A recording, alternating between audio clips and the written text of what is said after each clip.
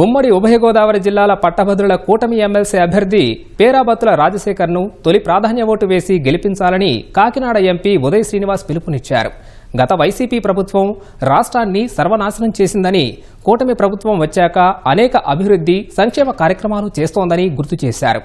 రాష్ట్రం మరింత అభివృద్ధి చెందాలంటే ఉద్యోగులు, యువకులు కలిసి కూటమి ఎమ్మెల్సీ అభ్యర్థిని గెలిపించాలని విజ్ఞప్తి చేశారు. కూటమి అభ్యర్థిగా పేరాబత్తుల రాజశేఖర్ గారిని బలపరుస్తుంది. ఆయన్ని హైయెస్ట్ మెజారిటీతో ప్రైమరీ ఓటుతోనే ఆయన గెలిపించవలసిందిగా మనస్ఫూర్తిగా అందరు గ్రాడ్యుయేట్స్ అందరినీ కూడా నేను కోరుకుంటున్నాను. రాష్ట్రం గత 5 సంవత్సరాల్లో ఎటువంటి పరిస్థితికి వెళ్ళిపోయిందనేది మీ అందరికీ తెలుసు. పెట్టుబడులు లేవు, ఉద్యోగాలు లేవు, అంటే డెవలప్మెంట్ లేదు.